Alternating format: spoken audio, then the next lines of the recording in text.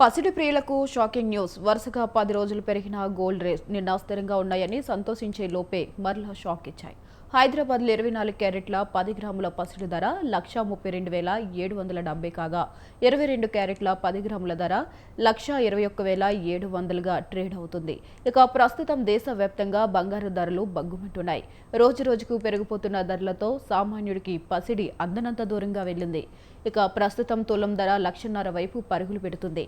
రాబోయే రోజుల్లో బంగారం ధర మరింత పెరిగే అవకాశం ఉందని చెబుతున్నారు.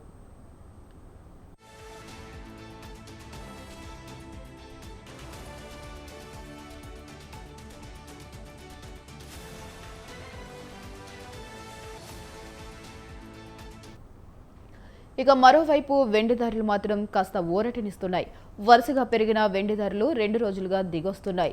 కిలో వెండిపై నిన్న 1000 తగ్గగా ఇవాళ 4000 తగ్గింది. బులియన్ మార్కెట్లో కిలో వెండి 1,85,000గా కొనసాగుతుంది.